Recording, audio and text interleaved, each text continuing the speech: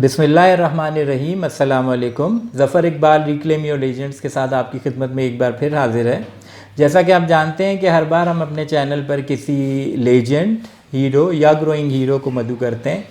आज जिस शख्सियत को हमने अपने प्रोग्राम में मदू किया है उनका ताल्लुक़ थिएटर से है। आप एक थिएटर आर्टिस्ट हैं, एक्टिंग भी करते हैं और डायरेक्शन भी करते हैं, और आपकी आवाज़ जो है वो बेमिसाल है और वॉइस ओवर में आप अपना कोई भी सानी नहीं रखते।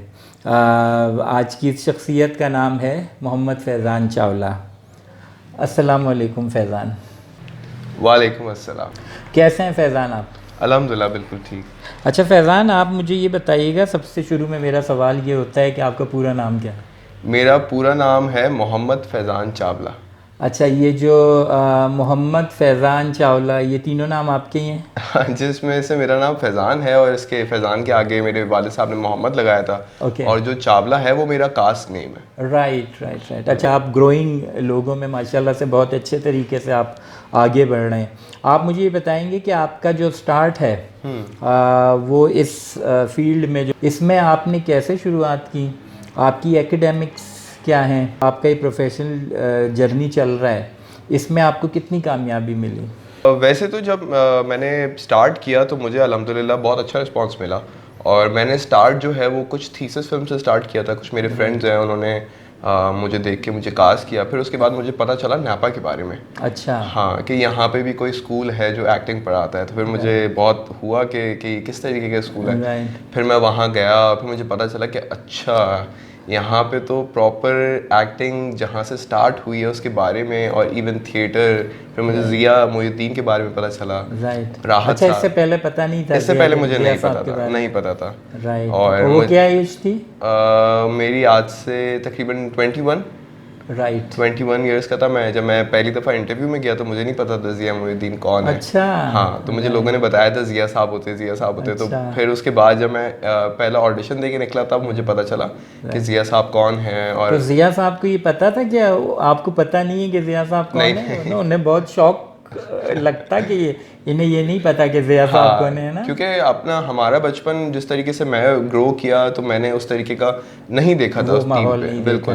तो हमें नहीं पता था कि पुराने जितने भी हमारे लेजेंड्स हैं उनके बारे में और किस तरीके से वो ट्रेन करते हैं, क्या करते हैं। फिर जब मुझे पता चला तो मैं बहुत खुश नसीब हूँ कि मैंने उनसे पढ़ा है। ग्रेट। तो आपके वैसे एकेडमिक्स क्या हैं? आपकी एजुकेशन वगैरह आपने कहाँ से हासिल की? मैंने अपना इंटर जो है वो CBM कॉलेज से किया था। उसके अलावा मैंने अपना स्कूलिंग जो है वो SKPZ से की है। और मेरी खाला का अपना स्कूल है तो मैंने कुछ स्कूलिंग वहाँ से भी की है। किस नाम से उनका? नीलवन महा अमेरिकन स्कूल। राइट। तो मैंने कुछ स्कूलिंग वहाँ से की। कुछ तो वो फ्री था? काइंड ऑफ है ना, खाला का था ना? राइट। फ्री ही था। अच्छा। तो फिर उसके बाद जब मैंने इंटर किया तो अब मैं इतना पढ़ाई में अच्छा नहीं था और मैं बहुत ज़्यादा खेल कूद में उसमें। तो अब मुझे कुछ फ्रेंड्स थे, उन्होंने मुझे अप्रोच किया फिल्म्स वगैरह के लिए। थीसिस वगैरह कर रहे थे, उनके पास बजट नहीं था। अच्छा। तो उन्होंने मुझे कास्ट किया। जब उन्होंने मुझे कास्ट किया तो उनकी फिल्म जो है वो सेकंड आई और मुझे काफ़ी लोगों ने अप्रिशिएट किया। उस वक्त आप यानी मुफ्ता थे? मुफ्ता था जी। मुझे नहीं पता था कि मैंने ये जर्नी चलानी है या वो करनी है। तो मुझे नापा जाने से बहुत चीज़ों का फ़ायदा हुआ। वॉइस के बारे में पता चला कि वॉइस कंट्रोल कैसे होती है, किस तरीके से। क्योंकि जब मैं अपना पुराना काम देखता हूँ तो मुझे पता चलता है कि मैं एक नॉर्मल बंदा था और अब एक ट्रेंड बंदे में फ़र्क है। मुझे उस चीज़ के बारे में बस एक पता चल गया। बिल्कुल। नापा आप गए, आपने नापा से कोई डिप्लोमा किया, कोई डिग्री की, कोई सर्टिफिकेट था? जी, नापा से पहले मैंने शॉर्ट कोर्स किया। क्योंकि मैंने जब पहली दफ़ा अप्लाई किया था तो मेरी उर्दू इतनी अच्छी नहीं थी। तो जो उनका पहला मोनोलॉग मुझे मिला वो मैं नहीं कर पाया। मतलब मुझे नहीं समझ आया कि मैं क्या पढ़ रहा हूँ और क्या। तो मैं इंटरव्यू में ब्लैंक हो गया था। तो फिर उसके बाद मुझे करना था तो मैंने साल वेट किया और मैंने कुछ मोनोलॉग्स उठाए, उसकी प्रैक्टिस की। फिर मैंने वहाँ शॉर्ट कोर्स में एडमिशन लिया। अच्छा। शॉर्ट कोर्स करने के बाद मैंने फिर 3 इयर्स डिप्लोमा में उसका वो किया जी। 3 साल आपको डिप्लोमा मिला। अच्छा, यानी आपको आदाब का जवाब पता नहीं होगा उस वक्त क्या होता है उर्दू के मामले में? उर्दू के मैंने जब पहला मोनोलॉग पढ़ा तो वो कुछ इस तरीके सीजर के बारे में था। तो मैं पढ़ तो रहा था मगर मुझे नहीं पता था कि मैं क्या बोल क्या रहा हूँ। राइट। तो वैसे आदाब के जवाब में आप क्या कहते थे अगर आपसे कोई कहता था आदाब? तो मैं भी आदाब ही कहते थे। अभी वैसे पता है आपको कि क्या कहते हैं? नहीं पता। तस्लीमात कहते हैं। तस्लीमात कहते हैं। आपने माशाल्लाह से नापा से 3 साल डिप्लोमा कोर्स किया। इससे पहले शॉर्ट कोर्स आपका 6 महीने का था? 3 महीने का था। 3 महीने का था। आपके ट्रेनर्स में वहाँ कौन कौन था? मतलब वहाँ शायद मेरे ख्याल से राहत काज़मी साहब भी होते हैं, तलत हुसैन साहब हैं, उसके अलावा कुछ यंग टीचर्स हैं जिसमें बहुत अच्छे, जैसे फवाद खान, जो कि आपने उनको चुड़ैल्स में भी देखा होगा। अच्छा, चुड़ैल्स को मैंने नहीं देखा, इसलिए मैंने उन्हें एक एडवर्टाइज में देखा। जी, अभी वॉल्स का जो एडवर्टाइज, मतलब उनका तो शायद हम प्राउड फील करते हैं जब कहते हैं कि हम उनके शागिर्द हैं। राहत काज़मी साहब हो गए, या अरशद महमूद साहब हो गए, तलत हुसैन साहब हो गए। तो इनमें किसको आप ज़्यादा वो करते थे कि मैं इन्हें फॉलो करूँ, मेरा ये ड्रीम हो सकता है? तो ये सभी लेजेंड, बट ज़्यादा तवज्जो ज़िया साहब के ऊपर थी। अच्छा। कि उनका जिस तरीके से हम जब भी आंखें बंद करके भी उनके वॉइस ओवर्स और उनकी चीज़ें सुनते हैं तो वो हमेशा ऐसा लगता है कि वो आवाज़ नहीं है, सिर्फ वो कैरेक्टर्स हैं, पूरा एक दौर बोल रहा है। जी बिल्कुल। तो उनका तहतुल लफ्ज़ तो बहुत मशहूर है। बिल्कुल। तो वो जब हम उनकी क्लास में भी होते थे तो बस जब वो हमें कोई चीज़ पढ़ा रहे होते थे, कोई मोनोलॉग या किसी चीज़ के बारे में या फैज़ साहब के बारे में जब जिक्र करते थे तो वो हमारे लिए इतना फैसिनेटिंग होता था कि हम लिटरली वो 1 घंटे का जो टाइम होता था वो 10 मिनट में गुजर जाता था। और हम चाहते थे कि हम उनसे और ज़्यादा 1 घंटा 2 घंटे। जी, आपने टीवी पर भी काम किया है। जी। हमने आपका एक जो बहुत ज़्यादा खूबसूरत एक रोल था ARY पर हमने देखा था डिजिटल पर, बब्बन खाला की बेटियां में आपने किरदार किया था, आसिफ का। हाँ, और बहुत अहम किरदार था वो। अगर शायद वो किरदार ना होता तो वो जो मुन्नी थी या मुन्ना था वो कहीं रुक नहीं सकते थे। जवेरिया अब्बासी जो है उनकी जगह नहीं हो सकती थी। उनको मशवरा ही मैं देता हूँ, मशवरा ही आप देते हैं। और इसके अलावा हमने आपकी वॉइस ओवर बहुत सुने हुए हैं। और नाज़रीन, आपको ये जानकर भी खुशी होगी कि रिसेंटली एक उर्दू चैनल पर जो है एक ड्रामा चला था टर्किश, हमारी कहानी के नाम से। उसमें जो फ़िज़ा के कज़न का जो किरदार था, उनके ताया के बेटे का, वो वॉइस ओवर जो है वो फैज़ान का ही था। अल्हम्दुलिल्लाह कि फ़ैज़ान को माशाल्लाह से अल्लाह पाक ने बहुत प्यारी आवाज़ दी है, लेकिन ये उसका पूरा फ़ायदा उठा नहीं रहे अभी तक। अच्छा, आप आवाज़ में किसको फॉलो करते हैं? आवाज़ में मैं वैसे क्योंकि ज़िया साहब को ही फॉलो करता हूँ। उनकी आवाज़ का टेक्सचर बहुत पसंद है, बट जाहिर सी बात है कि आप किसी की आवाज़ नहीं बना सकते, आपकी अपनी आवाज़ ही होती है। मुतासिर होते हैं ना, मुतासिर होते हैं, हाँ। ज़िया साहब की आवाज़ से मुतासिर हूँ। राहत साहब का एक अलग टेक्सचर है, और उसके अलावा बहुत से आप हमारे एक्टर्स, जैसे मैंने बब्बन खाला में कभी सर की आवाज़ सुनी। मैंने कभी उनको स्क्रिप्ट पढ़ते हुए नहीं देखा, और हमेशा उनको सीन याद होता था। बिल्कुल, वो तो हमारे PTV के सीखे हुए लोग हैं ना। तो वो ज़हीन तायरा हो गई, ज़हीन तायरा, हाँ। तो जब मैं कभी सर का काम देखता था, उनकी आवाज़ देखता था, तो वो उनकी आवाज़ इतनी रिलैक्स और वो कैरेक्टर के अंदर है, तो कभी वो ऐसा नहीं नज़र आता था कि उनकी आवाज़ में कोई ब्लॉकेज है या वो अपनी आवाज़ को कंट्रोल कर रहे हैं। वो कैरेक्टर के हिसाब से हमेशा से खुली हुई थी। और वो मेरे ख्याल से उसमें तो आपको पूरी एक लॉट मिली हुई थी क्रीम की। बिल्कुल। जब मोहम्मद कबीर खान साहब हो गए, ज़हीन तायरा हो गई, गजाला भट्ट हो गई जी, और ये मतलब खालिद जफर हो गए, सब वो नाम हैं कि शायद इनके बगैर तो शोबिस कंप्लीट होता ही नहीं है।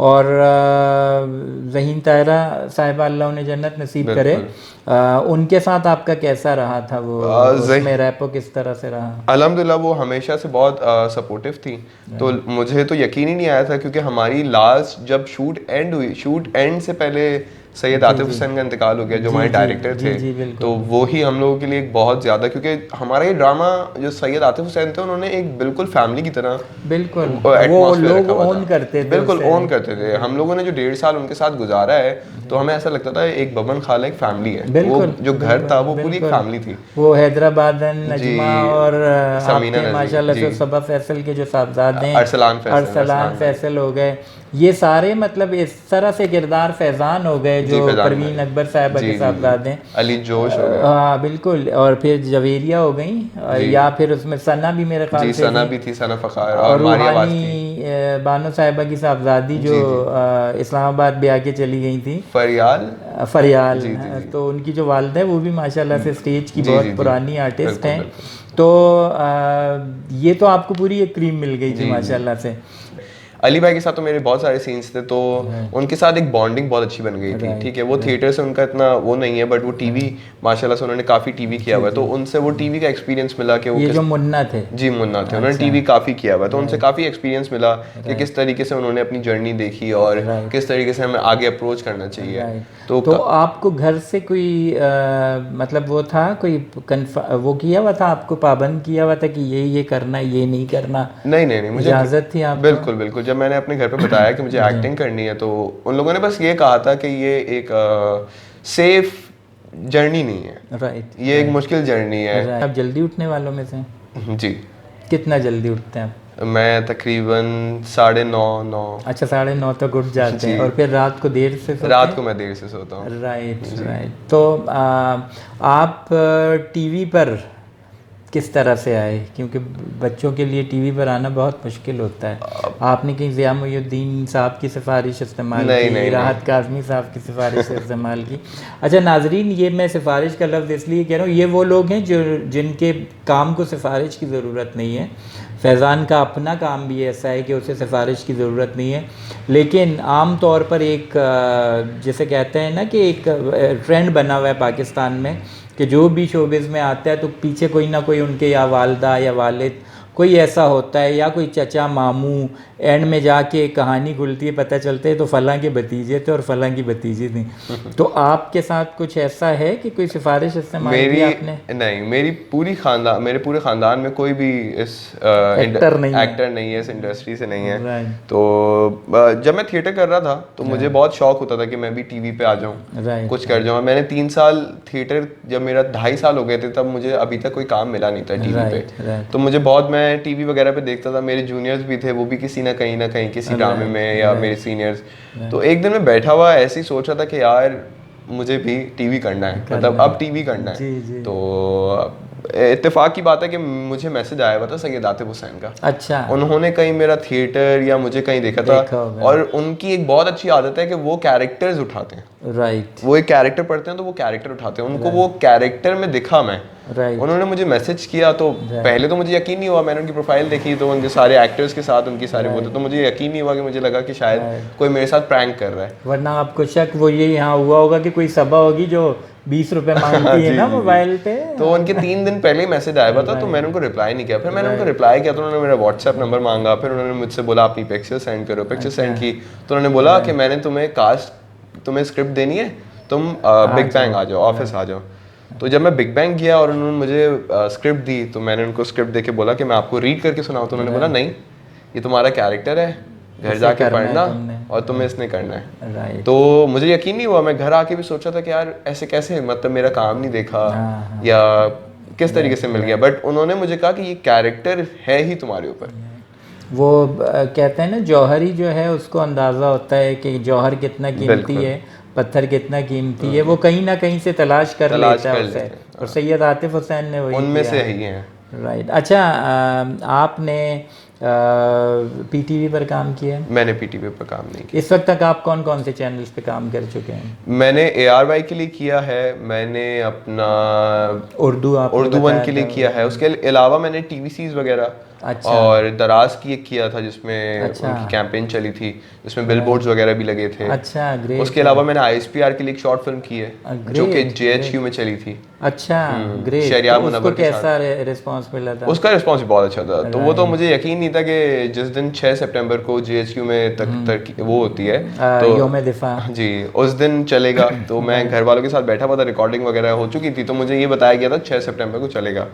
तो वो ओवरऑल जितने भी न्यूज़ चैनल है उस पे वो चल रहा था, जिसमें सारे हमारे प्राइम मिनिस्टर इमरान खान, बाजवा, अच्छा, तो ये सब बैठे हुए थे जी, चीफ ऑफ आर्मी स्टाफ, ये बैठे हुए थे। तो बहुत ऑनर की बात थी। एकदम से पता चला कि वहाँ पे जो है हमारी शॉर्ट फिल्म दिखाई जा रही है, और वो स्क्रीन पे चलने लगी। तो मेरे ड्रामे से मेरे घर वालों को इतनी खुशी नहीं हुई थी, वो एक छोटे से क्लिप से, जो एक कैरेक्टर से जो कि वहाँ चला, उससे मेरी खुशी हुई, और मेरी मदर रोने भी लग गई थी देखते वक्त।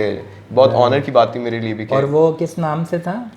उसका नाम मुझे एग्जैक्टली नहीं याद, मगर वो 6 सितंबर के ऊपर ही, वो अजीज 2020 पे ही था, 2018 या 19 में था, और वो मेजर अजीज भट्टी की कहानी थी। राइट जी, और उसमें शरिया मुनव्वर थे, सना जावेद थी, तो उनके साथ मैं शहरयार मुनव्वर तो नाजरीन हमारे पाकिस्तान के उन एक्टर्स में से हैं जिन्होंने वाकई फ़िल्म इंडस्ट्री को जो है वो कंधा दिया है संभालने के लिए। एक कंधा होता है जो कब्र तक पहुंचाने के लिए होता है, एक कंधा वो होता है जो सहारा देने के लिए होता है। तो ये उन लोगों में से कि जिसकी वजह से फैज़ान का कहना यह है कि उसे देखकर इनकी वालदा को भी रोना आ गया। और ये रोना जो होता है ये गम का रोना नहीं होता, ये तकलीफ़ का रोना नहीं होता, ये मुल्क से मोहब्बत का रोना होता है, ये अपनी अफवाज से मोहब्बत का रोना होता है, अपने मुल्क की ज़मीन से मोहब्बत का रोना होता है। इसके अलावा चैनल्स आपको अप्रोच करते हैं? फ़िलहाल तो नहीं किया, क्योंकि अपना यहाँ पे लॉबीज़ बनी हुई हैं, तो वो उन्हीं को काम देते हैं जो उनके सर्कल्स में हैं। जो वो ड्रामा लिख रहे होते हैं तो उनके सर्कल में जितने लोग बैठ उठने वाले होते हैं लोग उन्हीं को काम देते हैं। तो कुछ चैनल से गिला है आपको या कहते हैं कि बस ठीक चल रहे हैं? नहीं, सही है, गिला नहीं है। इंशाल्लाह अपनी जो नसीब है और किसी को अगर शाइन करना है तो वो उसको कोई रोक नहीं सकता। वो जर्नी आपकी चलती रहती है और माशाल्लाह से मेरे काम रुके नहीं है, मैं कॉर्पोरेट काम भी करता रहता हूँ, तो उसके हिसाब से सही चल रहा है। और आवाज़ की तो एक ऐसी फील्ड होती है कि हमारे अगर आप देखें रेडियो एक्चुअल जो एक हमारे लिए एक मीडिया का ज़रिया बना था शुरू में, वो रेडियो ही था। जी। और बेहतरीन खूबसूरत आवाज़ें वहाँ से निकली हैं, जैसे तलत हुसैन साहब की आवाज़ है, नीलोफ़र अलीम होती थी जो बाद में नीलोफ़र अब्बासी हो गई, ज़ीनत यास्मीन एक जो मॉडल हैं, ईरज उनकी वालदा। ये वो आवाज़ें हैं कि जैसे शायद कहें कि अगर फैज़ान की आवाज़ को भी किसी ने नोट नहीं किया अभी तक, तो मतलब वो शायद उस कैरेक्टर में उतर के आप अपनी आवाज़ देते हैं। मतलब हमें कहीं फील नहीं होगा, हमें शायद अभी वो नहीं लग रहा कि ये फैज़ान है, हमें ये लग रहा है कि वो जो मेरे ख्याल से उस किरदार का नाम मैं भूल गया, अरसलान, जो वो हमारी कहानी का जो किरदार है वो वही, ऐसा लगता है जैसे वो वही हो। इस कदर मतलब वो आपकी आवाज़ और किरदार जो है वो पर्सनैलिटी मैच कर रही है।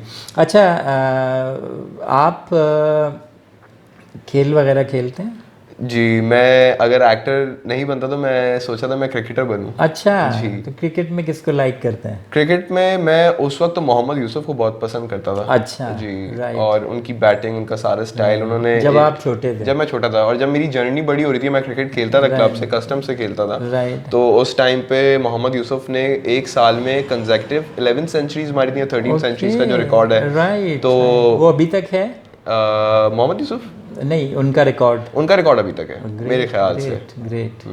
क्योंकि गवास्कर और इस तरह के जो खिलाड़ी हैं उनके काफ़ी सारे ऐसे रिकॉर्ड हैं, मगर कैलेंडर ईयर में सबसे ज़्यादा सेंचुरी का मेरे ख्याल से मोहम्मद यूसुफ का भी नाम है। और अभी किसको आप वो करते हैं? अभी बाबर आजम। अच्छा, बाबर आजम नए लोगों में अच्छा खेल रहे हैं ये लोग। बाबर आजम हमारे स्टार हैं और इंशाल्लाह आगे आने वाले वक्तों में हमारा फख्र भी बनेगा। अभी की टीमें आपको ऐसा नहीं लगता कि तुक्के पर चलती हैं, चल गई तो चल गई, ना चली तो ठुस? नहीं, इसमें सारा प्रॉब्लम ना हमारी आवाम का भी है और अपना मैनेजमेंट का भी है कि वो अपने प्लेयर्स को कॉन्फिडेंस नहीं देते। प्लेयर्स अच्छे हैं, मतलब इससे ज़्यादा क्या कॉन्फिडेंस है? 6 लोग एक टाइगर बिस्किट के एडवर्टाइजमेंट में आ रहे हैं, ओरियो में आ रहे हैं। इससे ज़्यादा मतलब सबसे ज़्यादा बड़ा कॉन्फिडेंस जो होता है वो जेब का होता है। बिल्कुल, आपकी वो माशाल्लाह से अच्छी भर रही हैं उनकी जेबें। मगर वो तो आपकी बात ठीक है, मगर एज अ प्लेयर जब आप परफॉर्म कर रहे होते तो आपको एक बैक हैंड चाहिए होता है कि आप परफॉर्म करो, हम आपके पीछे हैं। ठीक है, अब ये गेम है, पार्ट है गेम का, वो दूसरे भी खेलने आए हैं, बॉलिंग करने आए हैं। तो अगर हम किसी एक मैच में आउट हो जाते हैं तो हमें पहले मैच में ही आपको बोल दिया जाता है नहीं ये बिल्कुल फारिग प्लेयर है। अच्छा, इससे कुछ नहीं होने वाला। कंटिन्यूसली हम देख रहे हैं कि जो फारिग हुए भी होते हैं वो भी चल ही रहे हैं अभी तक। जी, चल रहे हैं। ये बात भी आपकी इसमें फैज़ान की अपनी राय है, मुझे राय देने का हक नहीं है, मैं इस वक्त मेज़बानी कर रहा हूँ। लेकिन एक हकीकत जो अवाम के ज़रिए पता चलती है, मैंने उस पर बात की है। फैज़ान अपनी राय दे रहे हैं, फैज़ान की राय अपनी जगह अहमियत रखती है और जब तक इख्तलाफ नहीं होगा उस वक्त तक प्रोडक्ट हमारे सामने अच्छी बन कर नहीं आएगी। जब आप थक जाते हैं तो आप क्या करते हैं? वो तो नहीं होता काम दिन रात करें हम? नहीं, जब काम से मुझे थोड़ा चाहिए होता है अपना टाइम, अपनी स्पेस, क्योंकि अपना थिएटर ऐसी फील्ड है जिसमें आप पूरे 3-3 महीने रिहर्सल्स करते हैं। एक ही चीज़ आप बार बार कर रहे होते हैं, एक्सप्लोर कर रहे होते हैं, तो बहुत टायरिंग है। कभी हम एक दिन में 2 थिएटर की रिहर्सल्स कर रहे होते हैं, वो रिहर्सल्स बहुत लंबी चलती हैं। तो उसके बाद मुझे घर आके अपने डॉग के साथ खेलने में बहुत रिलैक्सेशन फील होती है। अच्छा, आपने डॉग भी पाला? जी, मेरे पास एक पग है, तो मैं उसके साथ अपना टाइम स्पेंड करता हूँ, वॉक पे निकल जाता हूँ, चाहे मैं जितना भी थका हुआ हूँ, तो वो एक बहुत एक रिलैक्सेशन मुझे फील होती है। तो आपका मतलब थकन दूर करने का जरिया वो आपका जो दोस्त है जी, उसका नाम क्या है? लीसा। लीसा, अच्छा, ये लीसा तो वो मतलब कुत्ता है या फीमेल है? फीमेल है, जी, राइट राइट। मतलब थोड़ा सा वो ऑकवर्ड सा लगता है बोलते हुए कि कुत्ता है या कुतिया है, लेकिन ये है कि अब नाम है उसका तो कहना पड़ता है। अच्छा, आप ड्रामे वगैरह देखते हैं?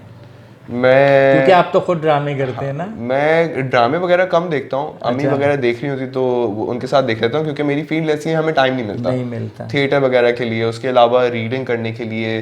मैं खुद भी थिएटर में डायरेक्शन भी करता हूँ, मुझे बहुत पसंद भी है। तो कोई डायरेक्शन कौन कौन सी की आपने? मैंने अभी तक एक प्ले डायरेक्ट किया है लास्ट ईयर YDF में। राइट। तो जो चले तो जहाँ से गुजर गए, जो चले तो जहाँ से गुजर। आप हमें लिंक जरूर भेजिएगा। मैं आपको लिंक जरूर भेजूंगा।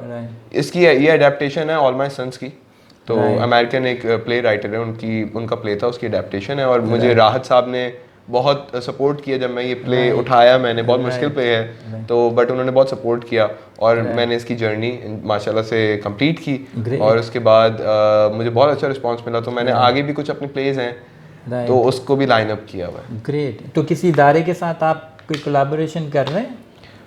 फिलहाल तो नहीं, बट नापा में फेस्टिवल्स वगैरह होते हैं, उसके अलावा बहुत सारी ऐसी जगह हैं जहां आप थिएटर कर सकते हैं फ्रीलांस जाके। और नापा से पाबंद तो नहीं है कि आप नापा के लिए करेंगे? नहीं, नापा से पाबंद नहीं।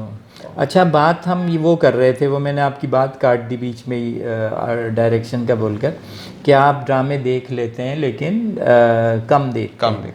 तो कौन से ड्रामे देखते हैं आप? फिलहाल तो ज़्यादातर उर्तुगुल चल रहा है। अच्छा, उर्तुगुल चल रहा है, ठीक है, क्योंकि वो हिस्ट्री के ऊपर PTV पे जो चल रहा है, तो फिलहाल उसको देख रहा हूँ, उसके वॉइस ओवर्स देख रहा हूँ, क्योंकि मुझे काफ़ी दिल हुआ है, जब मैं उर्दू 1 के लिए भी कर रहा था तो मुझे PTV के लिए भी वॉइस ओवर्स करने चाहिए। राइट। तो आपने अप्रोच अभी तक मुझे अभी लाइन नहीं मिली कि मैं कहाँ जाके अप्रोच करूँ, तो मैं इंशाल्लाह ट्राई कर रहा हूँ कि इनके अगले सीजन में जाके किसी कैरेक्टर में उर्तुगुल के लिए कुछ ट्राई PTV के लिए करें। राइट। और इसके अलावा जो दूसरे चैनल है उनके कोई ड्रामे वगैरह? अपना ड्रामा देखा था बब्बन खान? जी, अपना ड्रामा तो देखा था। अच्छा, उस पूरा देखा था या सिर्फ अपनी किस्सें देखी थी? नहीं, पूरा देखा था। पूरा देखा था। तो दूसरे चैनल्स के जो ड्रामे वगैरह आते हैं वो कुछ अच्छे ड्रामे जो थे, मतलब बहुत सारे अच्छे ड्रामे अभी भी हैं, बट इतना टाइम नहीं मिल पाता। तो लास्ट जब मैं फ्री था तो मैंने काफ़ी ड्रामे देखे। एक संगे मरमर एक ड्रामा था, अच्छा, जो कि सैफी हसन ने डायरेक्ट किया, वो मुझे one of the best drama से था। हमसे था वो मुझे बहुत पसंद आया। उसमें पारिस मसरूर थे, वो अभी हमारे नापा के सीनियर हैं। और वो ड्रामा बहुत मज़े का ड्रामा, बहुत अच्छी उसकी स्टोरी, उसकी स्क्रिप्ट बहुत अच्छी, इवन वो शूट बहुत अच्छा हुआ था।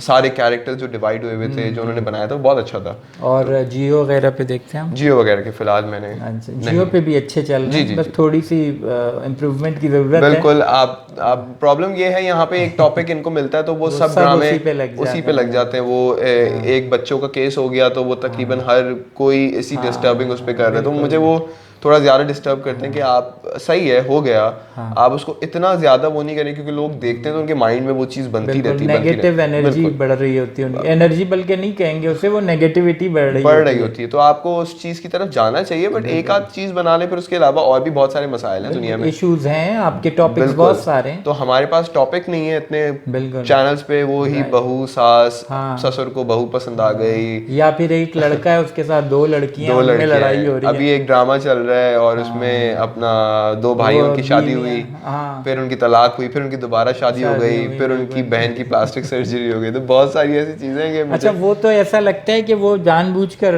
बड़ा करने वाली बात हुई है, TRP मिल रही है, बढ़ाने की बात हुई है। मतलब उसमें समझ में नहीं आता, एक जो है वो एक गोहर नायाब बना हुआ होता है, उसको हम रहने नहीं देते।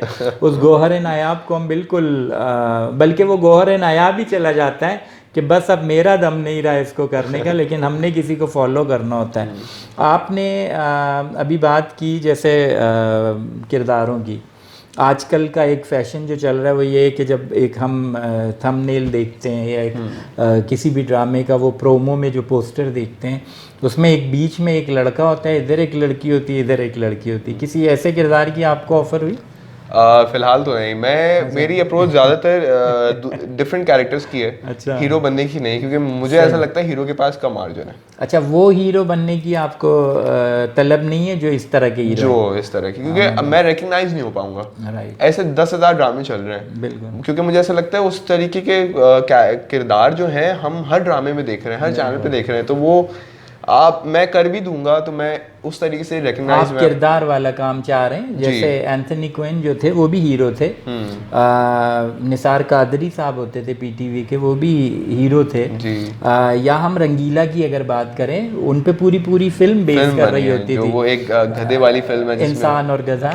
हम शायद महदूद कर देते हैं हीरो को, हीरो वो होता है जो 6-7 गाने गाए, जिसके बाल जबरदस्त बने हुए, बाल जबरदस्त, उसमें एक हद होती है।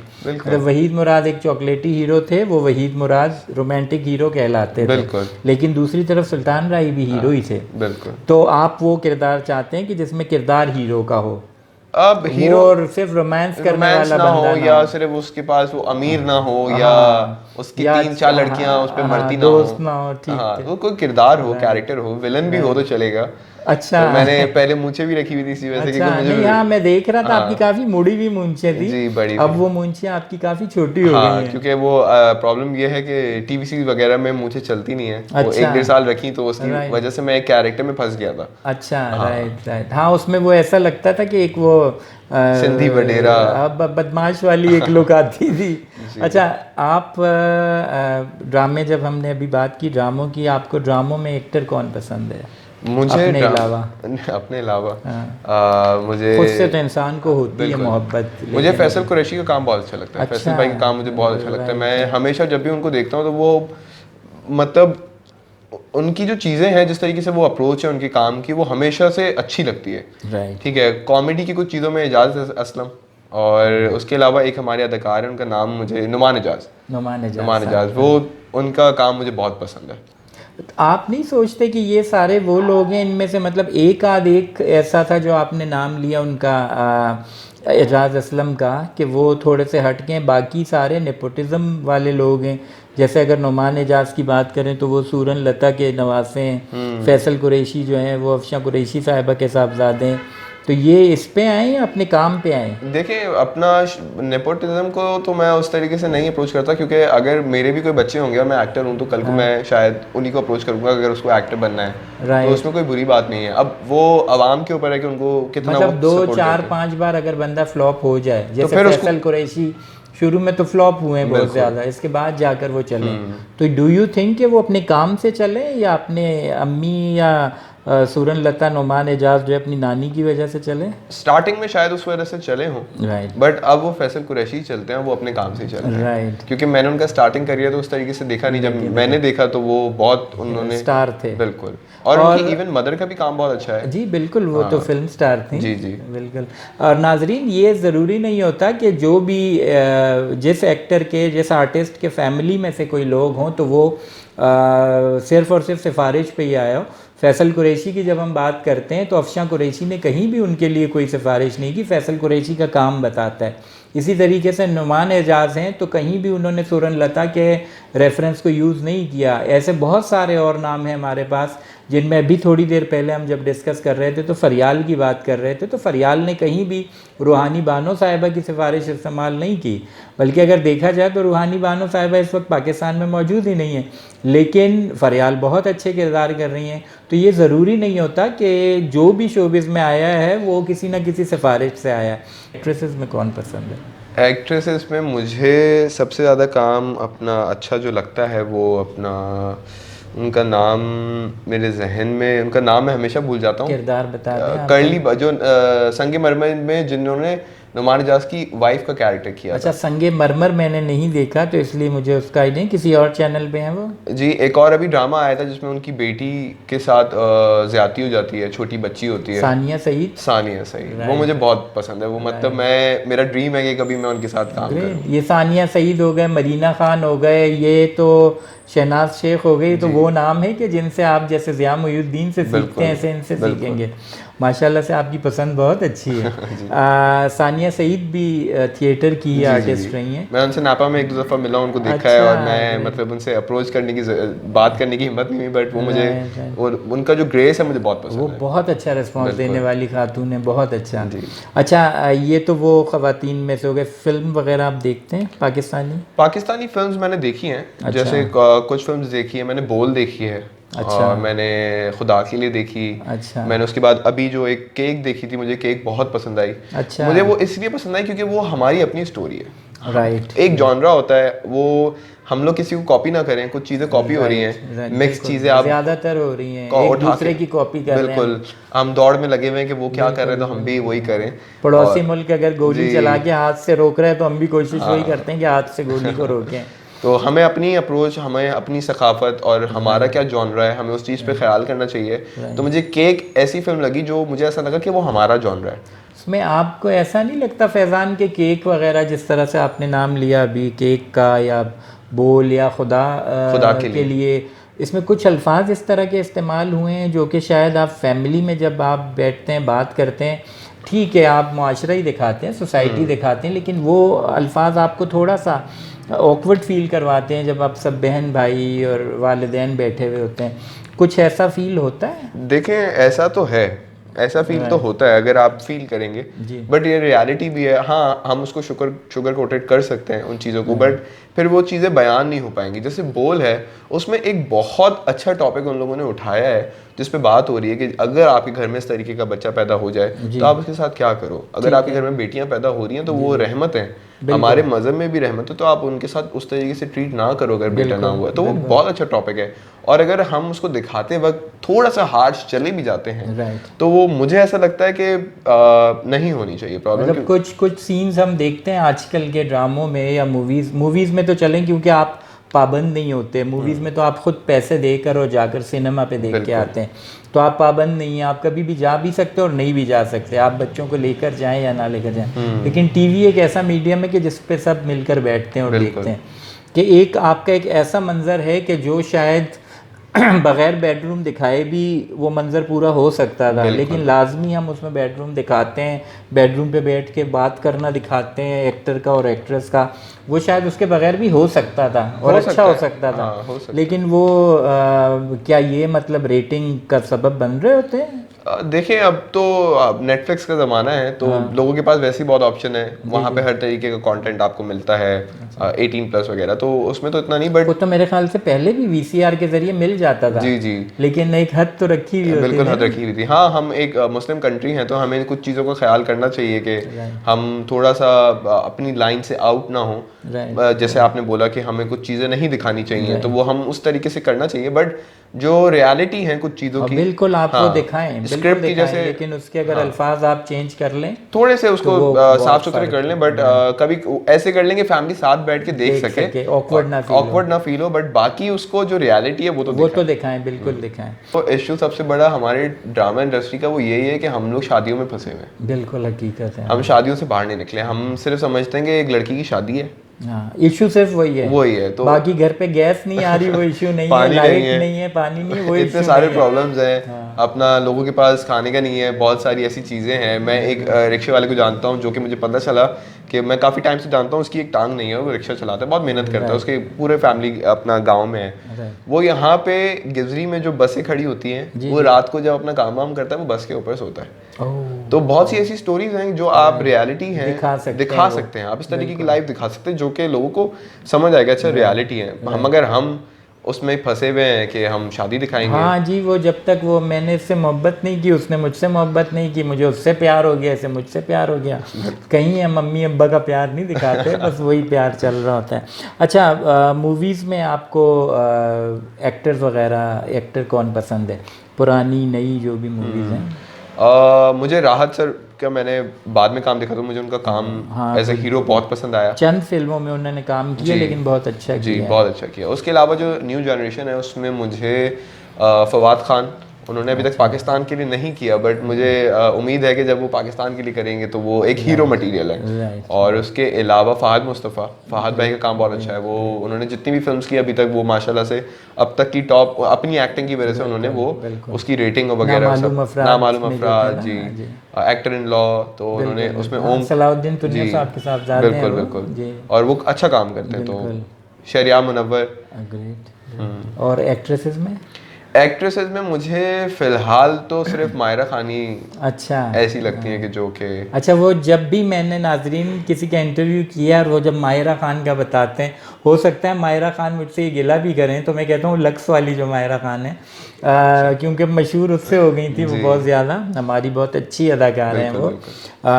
लेकिन उन्होंने लक्स में एक एडवर्टीजमेंट की थी लक्स की, तो उन्हें मैं फिर उनसे पहचान गई। मायरा खान की 2-3 खवातीन हैं हमारे यहाँ, लेकिन वो शायद टॉप ऑफ द लिस्ट हैं। अच्छा, सॉन्ग सुनते हैं जी? कौन से सॉन्ग सुनते हैं? मैं ज़्यादातर क्लासिकल सुनता हूँ, क्योंकि कुछ मेरे म्यूज़िक नापा म्यूज़िक से भी काफ़ी फ्रेंड्स हैं, तो उनके ज़रिए मुझे काफ़ी क्लासिकल म्यूज़िक के बारे में पता चला, जैसे उस्तादों के बारे में पता चला। तो मुझे वो काफ़ी अपना सिर्फ इंस्ट्रूमेंटल सुनने में बड़ा मज़ा आता है कि सितार बज रहा हो और उस पर अपना सारी जैमिंग हो रही हो। तो आप खुद गाने की कोशिश करते हैं? मैं गाता हूँ, अच्छा, बट मुझे नहीं पता कि मैं कैसा गाता हूँ। तो वो खुद सुनते हैं या लोग सुनते हैं उसे? नहीं, मैं खुद भी सुनता हूँ, और जब हम लोग कभी फ्रेंड्स के साथ होते हैं तो वो जब गाना गा रहे होते हैं तो मैं बीच में टांग अड़ा देता हूँ गाने तो वो बर्दाश्त करते हैं उसे? ऐसा होता है कि बर्दाश्त किया जाए? जी, मैं कोशिश करता हूँ कि मैं बेसुरा ना हूँ ना बेताला हूँ। अच्छा, तो जितनी मेरी सुर और ताल दोनों मिल जाए जितनी मेरी रेंज है उस रेंज में रहते हुए गाता रहूँ। सीखा नहीं है अभी? सीखा मैंने थोड़ा बहुत है, रियाज किया मैंने। मैं कुछ म्यूजिशियन दोस्त हैं उनके साथ बैठ के कुछ प्रैक्टिस रियाज। किसी उस्ताद से अभी नहीं सीखा? नहीं, उस्ताद से नहीं सीखा, क्योंकि हमें थिएटर में वॉइस सिखाई जाती है, तो इतनी नॉलेज हो जाती है कि किस तरीके से अपनी आवाज़ को यूटिलाइज करें। तो सिंगर्स में आपको कौन पसंद है? सिंगर्स में मुझे नुसरत, उनकी कवाली में जी, अक्सर गाड़ी में मेरे सिर्फ उनकी कवालियाँ लगी होती हैं, तो वो हो गए। राहत फ़तेह अली हो गए। और उसके अलावा मुझे जो सबसे ज़्यादा पसंद है, जिनको मैं कभी अगर उनका कॉन्सर्ट होता है तो मैं भागता हूँ उनके लिए, वो है आबिदा परवीन। वो लिटरली जी, वो मुझे जब भी मैं उनको सुनता हूँ और मैं उनकी महफिलों में जब मैं उनको सुना है लाइव, तो मुझे ऐसा लगता है कि वो लिटरली वो शी कैन टॉक। एग्जैक्टली। उनका गाया हुआ कौन सा कलाम आपको सबसे ज़्यादा पसंद है? वाह ये सब तुम्हारा करम है, ये वाला। ग्रेट के बात अब तक बनी हुई है। अच्छा, आपने इन सिंगर्स में से, जैसे आबिदा परवीन जो है वो तो एक अलग ही उनका जॉनरा है ना, अलग है। इसके अलावा वो जो थड़क पड़क वाले सॉन्ग्स होते हैं वो सुनते हैं?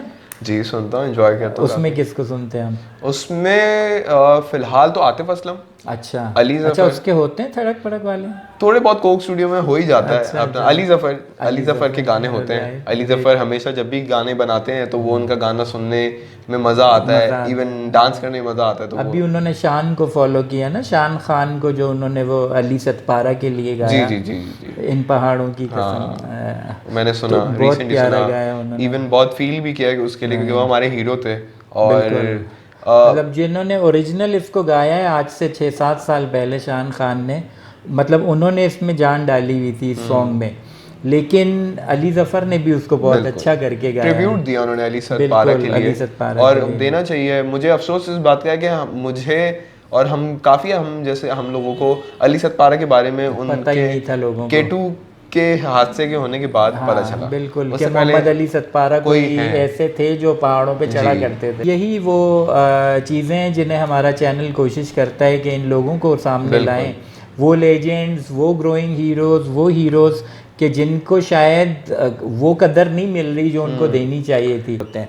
बाकी हमारे ऐसे बहुत सारे लेजेंड्स हैं, जैसे फैज़ान ने कहा कि ज़िया मुहीद्दीन साहब को वो उस वक्त तक नहीं पहचानते थे जब तक कि उनसे उनकी मुलाकात नहीं हुई। इसमें फैज़ान का कसूर नहीं है, इसमें हमारा और आपका कसूर है कि हमने उन्हें फैज़ान से मुतारिफ़ नहीं करवाया, उनका काम हमने इन्हें नहीं दिखाया। काफ़ी आप माशाल्लाह से जो है एक्टिव हैं। आप खाने का शौक़ रखते हैं? मैं खाने का बहुत शौक़ रखता हूँ। आप क्या चीज़ बहुत ज़्यादा अच्छी खाते हैं, रच के खाते हैं? Sea food. अच्छा, सी फूड, और सी फूड में?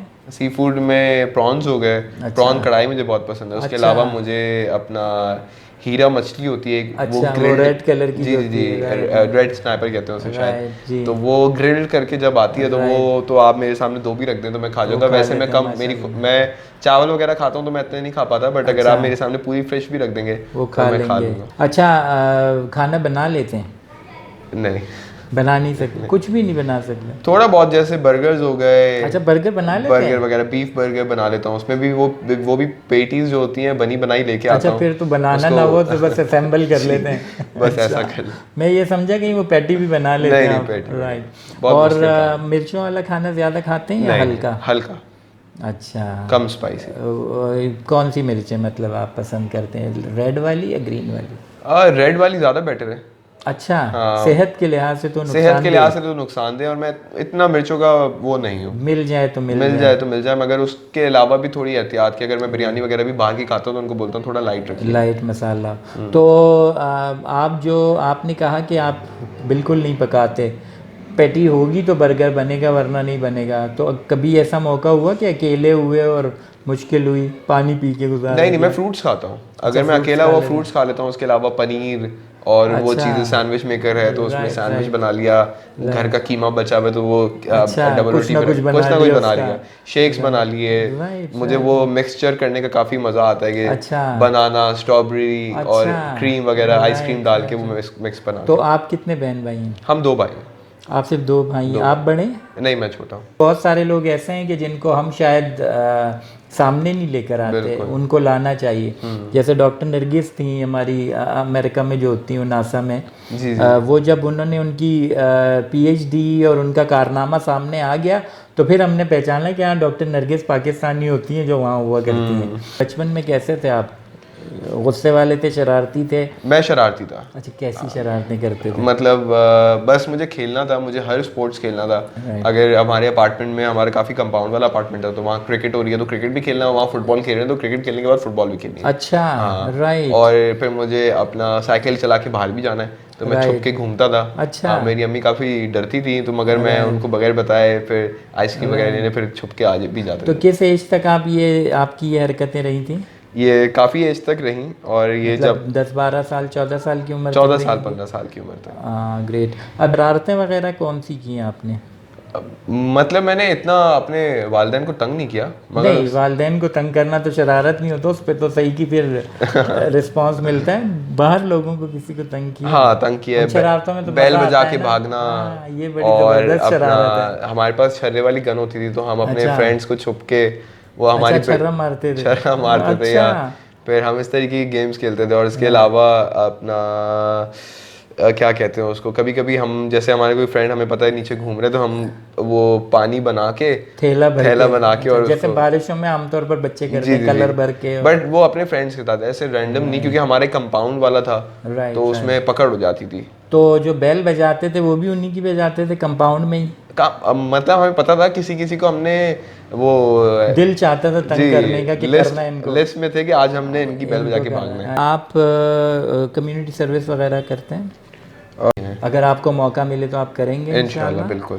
तो उसमें क्या ये आप सोचते हैं, कभी आपने, ये सवाल बड़ा ऑकवर्ड सा है लेकिन एक इंसान सोचता है ना कि मैंने अपनी लाइफ में ये ऐसा काम था जो बड़ा नेकी वाला किया था और इससे किसी को फ़ायदा हो सकता है, कोई ऐसा एक आध काम कोई आपको, होते हैं इंसान बहुत सारे करता है लेकिन एक आध ऐसा होता है जैसे वो बड़ा प्राउड फील कर रहा होता है? मुझे असल में, मैं एनिमल लवर हूँ बहुत ज़्यादा। तो मैं कभी भी कोई ऐसी जगह जहाँ पे मुझे नज़र आ जाए कोई जानवर हो और वो बैठा हुआ हो, उसने खाना वाना नहीं खाया, वो मुझे फील हो जाए और अगर मैं मेरी तरफ देख रहा हूँ तो मैं कोशिश करता हूँ कि मैं उस तक खाना पहुँचा दूँ या उस तक कोई आराम पहुँचा दूँ। जैसे मैंने कि अपना जो मेरे घर का एरिया है उसमें मैंने कवर किया हुआ है, कुछ जो मेरे डॉग्स वगैरह हैं मैं उनको डेली बेसिस पे कुछ ना कुछ उनको और अवेल करवाता हूँ। और इवन मैंने काफ़ी ये भी ट्राई किया है कि उनको वैक्सीन करवा के उनको पट्टे डलवा दिए ताकि जो मारने आते हैं वो उनको पेट्स का पता हो कि उनको मारे नहीं, क्योंकि अक्सर ऐसा हुआ है पहले भी कि वो जानवर को मार के चले जाते हैं। तो मेरा आगे एक एम है कि मैं कभी ज़िंदगी में अपना एक ऐसी जगह बना सकूं जिसमें इनको शेल्टर दे सकूं, इनको छत दे सकूं, इनको खाना पीना दे सकूं और एक अच्छी जो भी बीमार जानवर है या वो रोड उनको पे है, अलग करवा के, और ग्रेट। और मैं कुछ अपने कुछ लोग हैं उनको मैं एक मैसेज देना चाहूँगा जो कि बाइक बहुत तेज़ चलाते हैं या गाड़ी बहुत तेज़ चलाते हैं। तो मैंने ऐसे एक्सीडेंट देखे हैं, जो कि मेरा एक बेसमेंट में एक बच्चा बड़ा हुआ था, वो काफ़ी टाइम से मैं नहीं पाला, बट वो एक दिन रोड पे था और उसको एक बाइक वाले ने हिट किया, उसकी टांगें टूट गई। तो वो उसको भी बहुत पेन हुआ, वो हम लोग को भी बहुत पेन हुआ। हम लोगों ने उसको फिर एक रेस्क्यू सेंटर है वहाँ पे भिजवा दिया था, वहाँ उसका ख्याल हो रहा है। बट वो बहुत पेनफुल होता है। आप तो बाइक और गाड़ी तेज़ चला रहे हैं, बट आपको नहीं पता, क्योंकि जानवर हैं हर जगह। तो हमें थोड़ा ख्याल करना चाहिए कि हम, भले हमारे पास स्पीड है, हम भगा सकते हैं, बट थोड़ा हमें ख्याल करना चाहिए कि हम कोई जानवर या कुछ ना है, क्योंकि अगर उनको लग तो जाती है बेजुबान, और आप हमारे बोल नहीं सकते, और हमारे माशरा ऐसा अच्छा जानवर है, कुत्ता है, उसको साइड में कर दिया, कोई बात नहीं, बट वो भी एक लिविंग है। और मुझे बंद जानवर बिल्कुल नहीं पसंद, कोई उनको बंद रखता है तो उनकी अपनी लाइफ है। तो मुझे ऐसा लगता है कि यार अगर मुझे कोई बंद कर दे और मैं बाहर देख रहा हूँ इंसान खेल रहे हैं, तो कितना बुरा लगेगा। नाजरीन, एनिमल राइट्स पर जितनी भी ऑर्गेनाइजेशंस काम करती हैं, मेरी उनसे ये रिक्वेस्ट होगी कि फैज़ान से ज़रूर इस मामले में रब्ता करें, क्योंकि इनके बहुत सारे ऐसे प्लान्स हैं जो हमारे इंटरव्यू से पहले वो शेयर कर रहे थे कि वो कुछ ऐसा काम भी करना चाहते हैं कि जो इन जानवरों को, जैसे उन्होंने अभी मिसाल दी कि उनके लिए गले के लिए जो वो बेल्ट की बात की, पट्टे की बात की पेट्स के लिए, या फिर दूसरे इस तरह के जानवरों के राइट्स हैं जो कि उनको मिलने चाहिए, उस पर काम नहीं हो रहा। हमारे कुछ ऐसे गलियों में कुत्ते घूमने वाले होते हैं कि जिन बेचारे भूखे होते हैं, खाने के लिए नहीं होता, वो प्रोवाइड करवाते हैं फैज़ान बाकायदा उनके लिए। तो अगर ऑर्गेनाइजेशंस इनके साथ मिलकर काम करें तो इनके पास बहुत अच्छे अच्छे आइडियाज़ हैं। तो मेरी ये रिक्वेस्ट होगी उनसे कि जो एनिमल राइट्स पर काम कर रहे हैं, कि वो यकीनन बहुत अच्छा काम कर रहे हैं, इस काम को भी वो उसमें शामिल करें। लेकिन हम चाहेंगे कि आप एक और इस तरह का मैसेज शेयर करें कि जिसमें आप उन्हें आर्ट के हवाले से कुछ टिप देना चाहें, या कोई ऐसा पैगाम जो आप सोच रहे हो कि ये इनको अभी तक नहीं मिला। जी ज़रूर। जी, तो थिएटर एक बहुत अच्छी फील्ड है, एक्टिंग, डायरेक्शन, इसमें आप लोग अपने बच्चों को नहीं रोकें। लोग समझते हैं कि ये एक सेफ़ फील्ड नहीं है, तो सेफ़ तो दुनिया में कोई भी नहीं है। तो अगर कोई आपका बच्चा और उसकी अप्रोच है तो आप उसको सपोर्ट करें, क्योंकि काम तो कोई भी आप कंफर्म नहीं होता कि आप कब तक करेंगे, तो वो फिर सारा नसीब है। और ये एक अच्छी फील्ड है, इसमें आपको काफ़ी एक्सपोजर मिलता है, आप कभी अफसोस नहीं कर सकते कि आपने क्यों किया। तो मैंने भी जब थिएटर किया तो मुझे आज उसको कभी मैं वो नहीं करता कि मैंने क्यों किया। मुझे बहुत काफ़ी चीज़ें सीखने को मिली, इंसानियत के बारे में पता चला, क्योंकि इसमें आप इतनी सारी चीज़ों के ऊपर काम करते हो, आपको पता चलता है कि यार रियलिटी क्या है, आपको क्या सही क्या बुरा है, इसके बारे में काफ़ी इल्म होता है। तो आप लोग अपने बच्चों को सपोर्ट करें, और ये एक बहुत अच्छी फील्ड है, आप किसी को रोकना नहीं चाहिए। तो ज़फ़र साहब के चैनल को रिक्लेम योर लेजेंड्स को लाइक करें, सब्सक्राइब करें और शेयर भी करें। मैं तो कर चुका हूँ, आप लोग भी करें। फैज़ान, बहुत अच्छा लगा आपका इंटरव्यू करके, और इंशाल्लाह ताला हमें उम्मीद है कि हमारे नाजरीन ने भी आपके इस इंटरव्यू को एंजॉय किया होगा। एक बहुत प्यारी आवाज़ उनको सुनने को भी मिली है, और वो कोशिश करेंगे कि इस आवाज़ तक रसाई हासिल करें इंशाल्लाह। और इंशाल्लाह ताला कभी भी हमारे पास अगर कोई ऐसा कमेंट आता है जिसमें आपके लिए कोई सवाल हो, तो आप यकीनन उस पर हमें रिस्पॉन्स करेंगे। जी बिल्कुल। थैंक यू सो मच, बहुत बहुत शुक्रिया हमारे चैनल पर आप आए और हमारे चैनल को आपने रौनक बख्शी। बहुत बहुत शुक्रिया, बहुत बहुत शुक्रिया। शुक्रिया नाजरीन, आपने, मुझे यकीन है कि आज के इंटरव्यू को बहुत इन्जॉय किया होगा। हमारे इस चैनल पर जितने भी लेजेंड्स, हीरोज़ और ग्रोइंग हीरोज़ को इंटरव्यू किया गया है, उनमें से आज का ये इंटरव्यू भी एक बेहतरीन इंटरव्यू था, जिसमें आपने फैज़ान चावला की, मोहम्मद फैज़ान चावला की खूबसूरत बातों को एंजॉय किया और उनकी खूबसूरत आवाज़ को भी एंजॉय किया। उम्मीद करते हैं कि आप हमारे चैनल पर इसी तरह से लेजेंड्स, हीरोज़ और ग्रोइंग हीरोज़ के इंटरव्यूज़ देखते रहेंगे और हमारे चैनल को सपोर्ट करेंगे। हमारे चैनल रिक्लेम योर लेजेंड को लाइक करें, शेयर करें और सब्सक्राइब करें। ज़फ़र इकबाल को अगले किसी मेहमान के साथ दूसरी नशिस्त तक के लिए इजाज़त दीजिए। मुलाकात होती है। अस्सलामु अलैकुम, खुदा हाफिज़, पाकिस्तान जिंदाबाद।